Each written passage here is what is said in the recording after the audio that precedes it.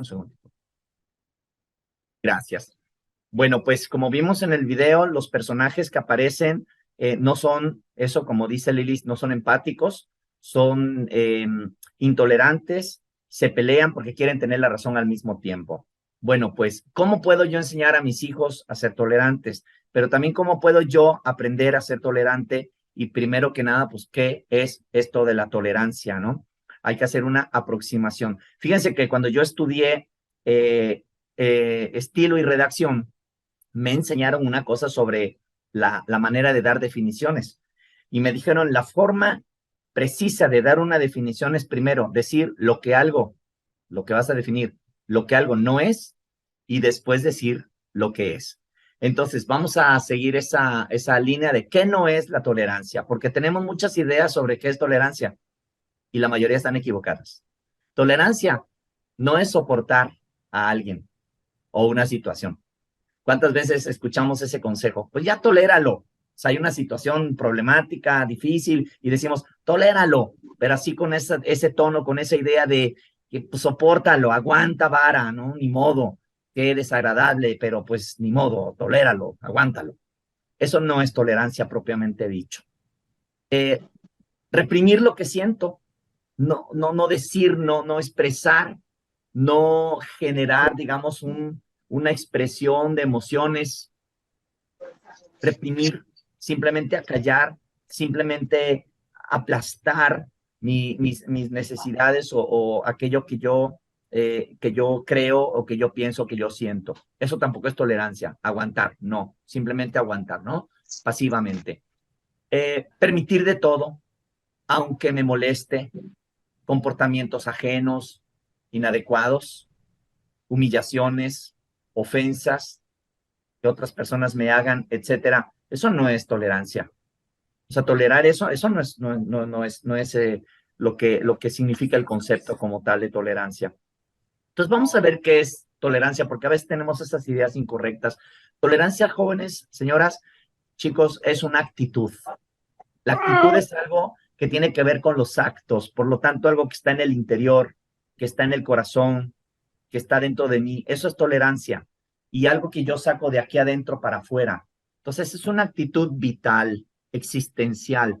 Implica, como dice allí la diapositiva, la escucha atenta, implica empatía, como nos dice la compañera que habló hace rato, implica inteligencia, comprensión de una situación. Les voy a poner un ejemplo. En una ocasión, yo vivía en la Ciudad de México. En una ocasión yo me subí al metro de la Ciudad de México y han de saber, si no conocen, eso es un deporte extremo, ¿eh? Subirse al metro de la Ciudad de México a ciertas horas del día es un deporte extremo. De verdad es como tirarte en paracaídas. O sea, ahí sobrevive el más apto, ¿no? Entonces, bueno, a veces te metes al metro y está lleno de gente, todos te aplastan, todos se empujan. Además, dependiendo la hora, si la hora ya es, por ejemplo, el final del día, pues todo el mundo está harto, ya todos se quieren ir a sus casas, quieren llegar a descansar, entonces están todos de malas, les fue mal en el trabajo, los regañaron, lo que sea, los mojaron porque pasó un coche, entonces está la gente de malas. Y yo recuerdo que en una de esas ocasiones me tocó subirme y detrás de mí se puso un señor que me empezó a clavar el codo. Y yo no me podía mover, o sea, no me podía ir como para un lugar como para quitarme, no podía, simplemente me estaba lastimando el señor. Entonces, en un momento dado, yo sentí lo que sentimos todos cuando alguien nos hace algo así. Sentí ganas de dar un manotazo, sentí ganas de clavar el codo yo también, sentí ganas de decir, yo también, me buscas, me encuentras. Sentí ganas de hacer eso, esa fue mi primera reacción. Pero yo después me di cuenta de que si hacía eso, la situación iba a escalar. Es decir, yo le pico a él va a picarme más fuerte, yo también le voy a picar más fuerte, va a terminar poniendo todo el cuerpo, yo también voy a terminar poniendo todo el cuerpo y aquello se va a convertir en una pelea. Entonces opté por simple y llanamente moverme como pude y hacer que el codo pasara de largo y picara a otra persona. Desde un punto de vista de lo que las personas podemos pensar, yo perdí. Yo opté por perder la batalla de machismo, la batalla de egos. Opté por perder. Pero en realidad siento que fui más inteligente. Y les voy a decir por qué. Cuando salimos de ese vagón, yo me fui muy tranquilo y el señor se fue con su problema, con su enojo, con su coraje. Y yo no. No lo compré, no lo adapté, no lo hice mío ese coraje, porque no tenía por qué hacerlo mío, ¿no? O sea, esa persona no me iba a decir a mí cómo me iba yo a sentir o cómo me iba yo a portar. Entonces no perdí. Eso es ser inteligente. A veces compramos conflictos sin necesidad. Si yo hubiera reaccionado de manera violenta a la violencia, entonces a la hora de salir de ese vagón, yo me hubiera llevado esa mala energía, ese mal coraje, ese enojo, esa mala vibra, como decimos a veces en el lenguaje popular, y me lo hubiera llevado a mi casa, a los míos. Entonces, aguas con esto, porque la tolerancia es precisamente una actitud de inteligencia. Se trata de decir qué es lo que me conviene en este momento más. Y no siempre me conviene ganar. A veces me conviene perder. En realidad no pierdo. Gano para mí. Comprensión, pues, de una situación. Tolerancia es una virtud. ¿Qué es una virtud? Voy a definir una virtud para que sepamos qué es una virtud. Una virtud es un comportamiento continuo. Es algo que yo hago muchas veces. Ahora, si ese comportamiento continuo, los filósofos antiguos lo llamaban hábito operativo, un hábito, es decir, un acto repetido, operativo porque era algo que se realizaba, comportamiento, esa actitud, ese comportamiento continuo, si es bueno, se llama virtud. Si es malo, se llama vicio. Entonces, en este caso, la tolerancia es una virtud también. Es un acto bueno que se repite. Entonces, la tolerancia no es algo que sale espontáneamente, es algo que se forma con el esfuerzo, es algo que aprendemos a realizar y lo enseñamos también si lo tenemos. Si no lo tenemos, no lo vamos a enseñar. Y por último, es un comportamiento, o sea, es La tolerancia no es simplemente una idea bonita que está en la mente, no, es un acto de comportamiento en una situación determinada. Y ese comportamiento me ayuda a vivir mejor. Vamos a ver por qué. Primero, ¿de dónde viene la tolerancia? Bueno, la tolerancia se da allá por el siglo XVII, 1600 y cacho, ahí dice 1689. John Locke, un filósofo que se considera el fundador del liberalismo político y económico también, aunque algunos atribuyen el liberalismo económico a Adam Smith, pero bueno, otros dicen que el verdadero creador del liberalismo político y económico es John Locke. Escribe una carta de la tolerancia o sobre la tolerancia en un marco de guerras religiosas. En esa época, siglos XVI, XVII, XVIII, había guerras de religión entre países europeos y eran guerras terribles, pero terribles, horribles. La gente se mataba de una manera horrible, espantosa, por el fanatismo de las religiones. Y entonces John Locke escribe esa carta, pues tratando de expresar que la violencia no es el camino. Bueno, ese es el concepto, el contexto, digamos, histórico de la tolerancia. Pero obviamente, bueno, la tolerancia, y hablamos de tolerancia ahorita, porque acabamos de vivir en noviembre, el mes de la tolerancia. El 16 de noviembre se celebra el Día de la Tolerancia. Ya pasó, obviamente, pero pues todo el mes de noviembre es el mes de la tolerancia. Y ahí dice algunas de las características de la tolerancia en esta diapositiva con las letras, ¿verdad? Todas las opciones deben ser respetadas, otras culturas, lenguas, religiones, y libres de prejuicios frente a los que son diferentes, escuchar y tratar de comprender al otro, resolver conflictos dialogando, todo, ¿no? Ustedes lo tienen ahí. Esta bellísima imagen la pueden bajar de Google, así que yo se las quise compartir, nada más para que vieran algunas ideas de todo a lo que nos lleva la tolerancia. Es una diapositiva muy bonita. Ahora, Kant, el filósofo Emmanuel Kant, decía esta frase que me encanta: mis derechos terminan donde comienzan los derechos de los demás. Fíjense que hoy día todo el mundo te habla de derechos. Derechos de la mujer, derechos de los animales, derechos de los ancianos, derechos de los niños. Está bien hablar de derechos. Para llegar al concepto de los derechos humanos ha corrido mucha sangre, ha sufrido mucha gente, la esclavitud, la gente que ha sido asesinada en los campos de gas, en los campos de concentración, en las cámaras de gas por los nazis, los judíos, ¿no? O sea, la intolerancia ha creado monstruosas realidades. Ha muerto mucha gente por culpa de la tolerancia. Entonces se habla de derechos porque sí nos ha costado mucho alcanzarlos, pero nadie te habla de responsabilidades. Entonces, yo siempre que hablo de derechos, aclaro mucho, de hecho doy la materia de derecho en preparatoria, en quinto de bachillerato en área, y les digo a mis alumnos mucho esta frase: tus derechos son sagrados, tienes que defenderlos, tienes que optar por ellos, pero terminan donde comienzan los del otro. No tienes tu derecho de lastimar, tú no tienes derecho de pasar por encima de otra persona o de hacer lo que te da la gana. ¿Mm? Y este autor, Kant, tiene otra frase muy famosa que se la atribuimos a otro personaje, pero la dijo Kant antes de ese otro personaje: el respeto al derecho ajeno es la paz. Todos dicen que la dijo Benito Juárez. No es cierto, la dijo Emmanuel Kant en esta misma obra, donde habla de que los derechos terminan donde comienzan los de los demás. Entonces, ¿cuál es el camino para alcanzar la tolerancia? Primero que nada, la prudencia. Ser prudentes. Miren todo lo que tiene que ver con la tolerancia, ¿eh? Hablamos de tolerancia como si fuera una cosa muy sencilla. No, señor, no es nada sencillo y por eso estamos dedicando una plática a esto. Prudencia, pues. Pensar antes de actuar. Los antiguos hablaban de 4 virtudes cardinales.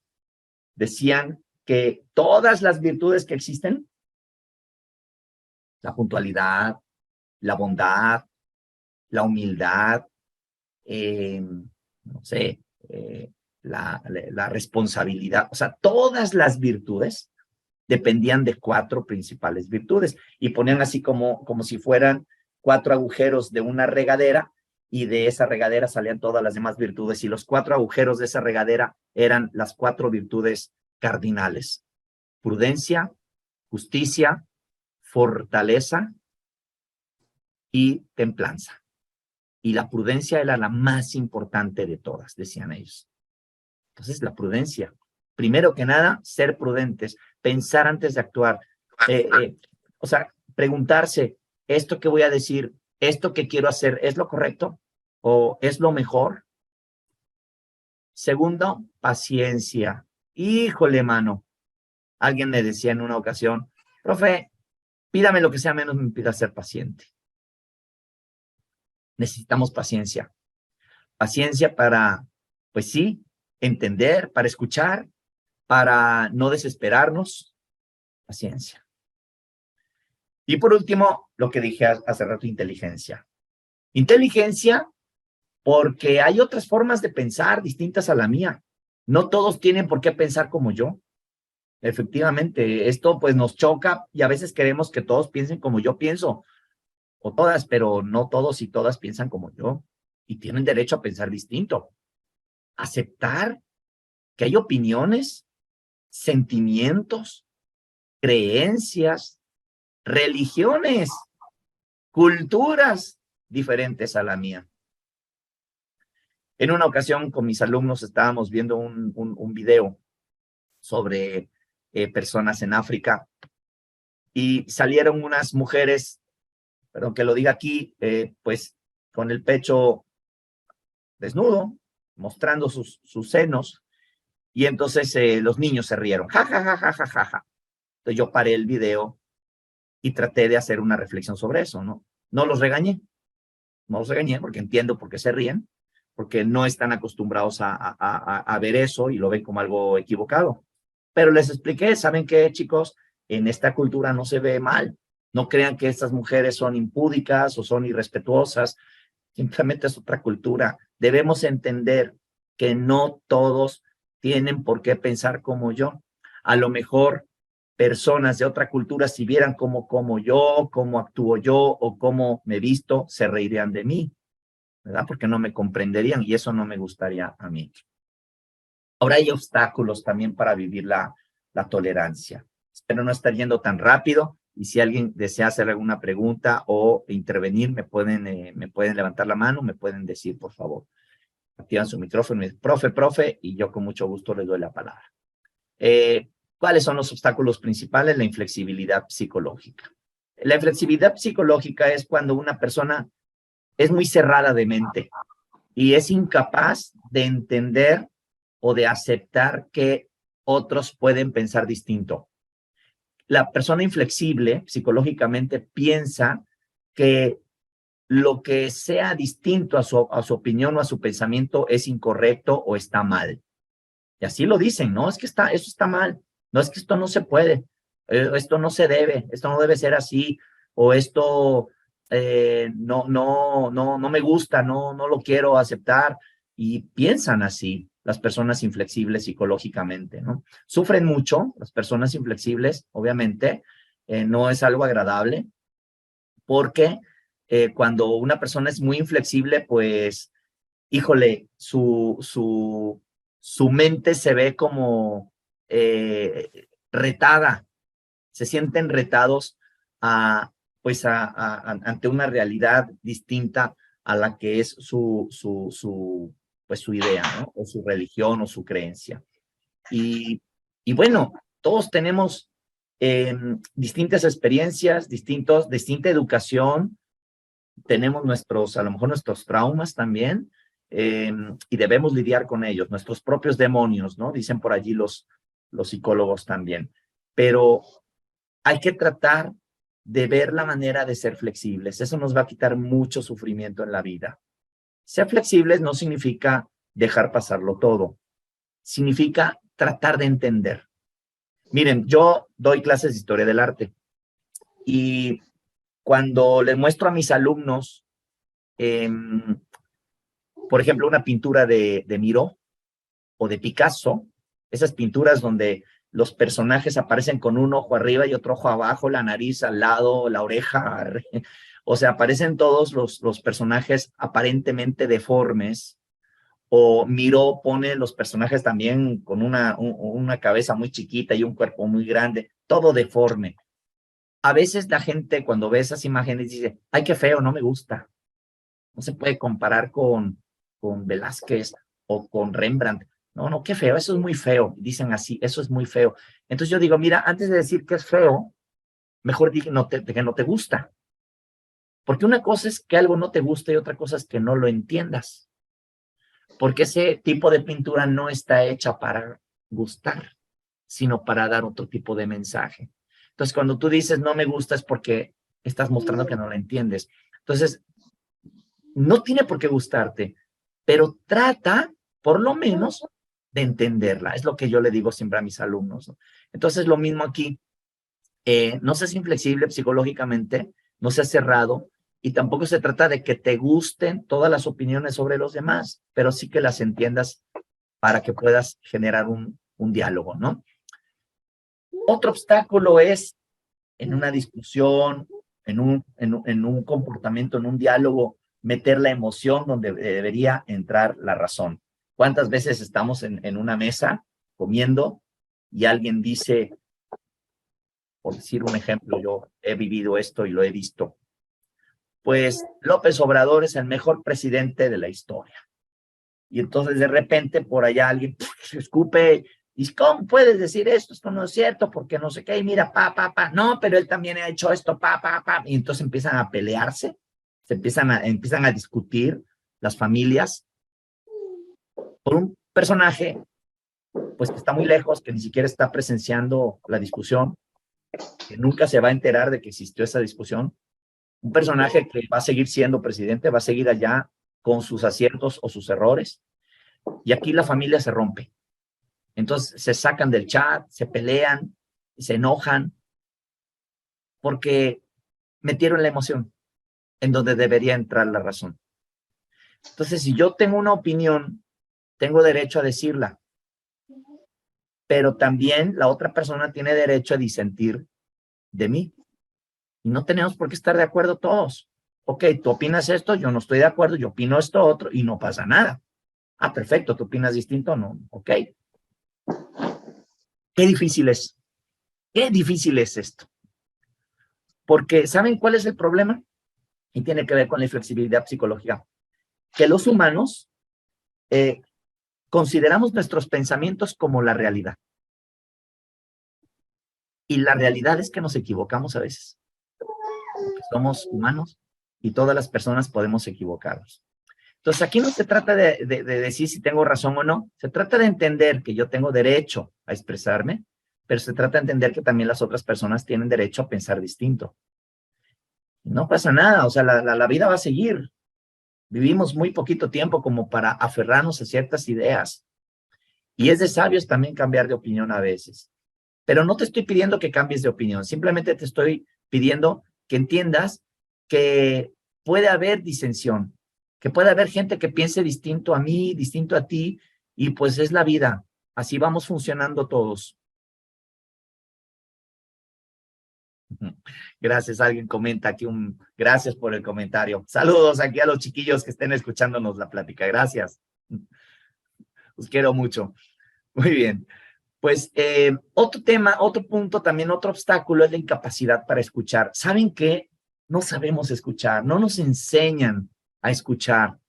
Desde que somos pequeños, desde que somos chiquitos, pues no nos han enseñado cómo se oye, cómo se escucha.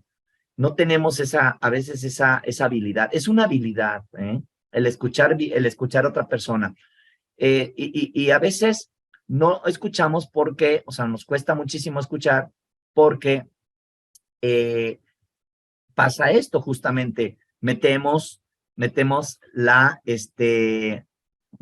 la emoción, como les digo, y tenemos esa incapacidad.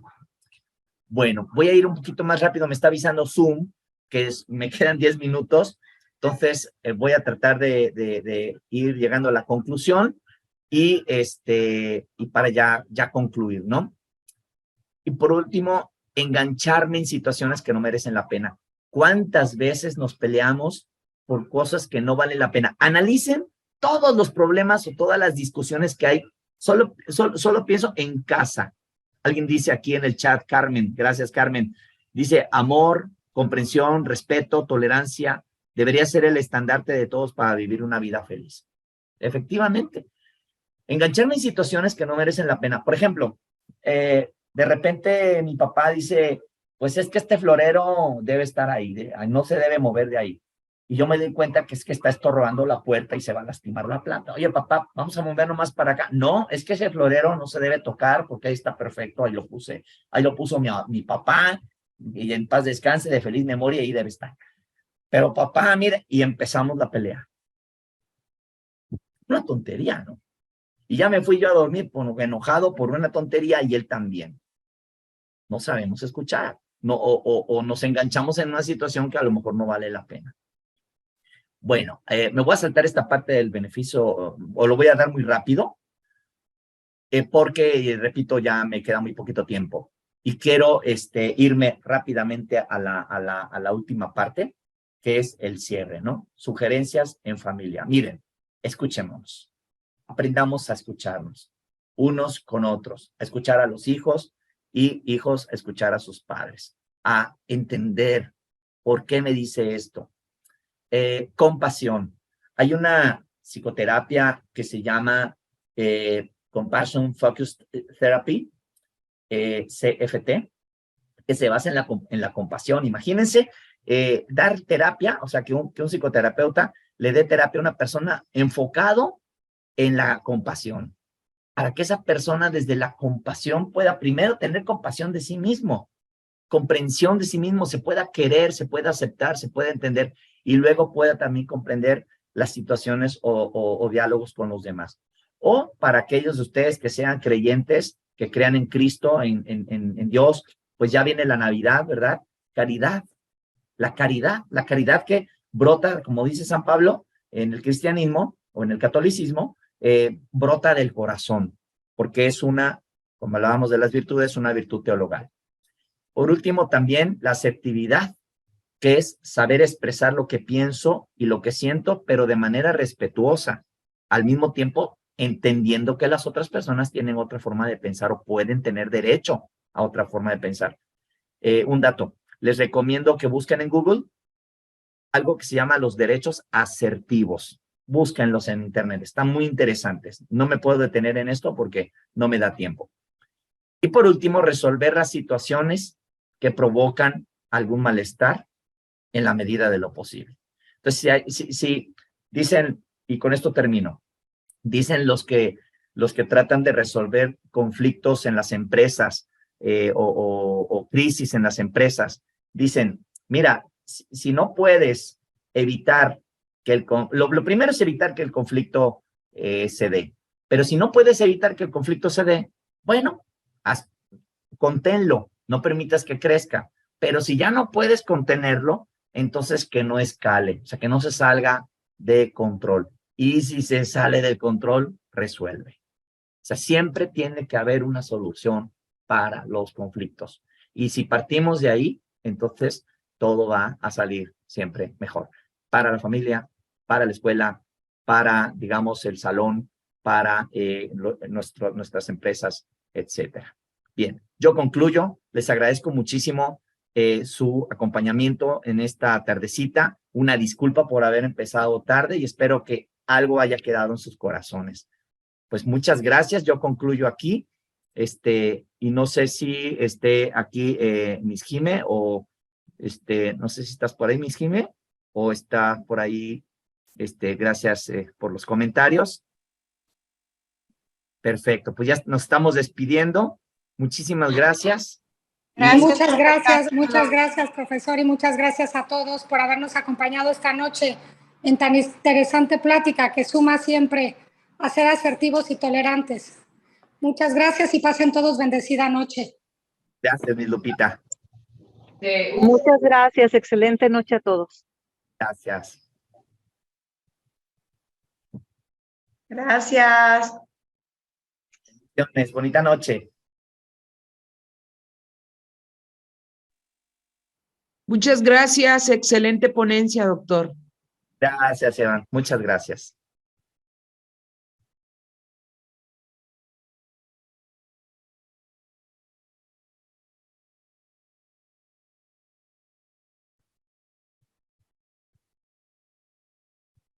Gracias por los comentarios.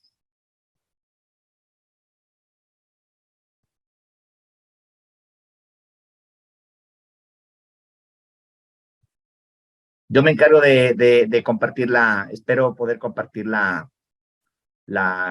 grabación. Gracias. Cierro.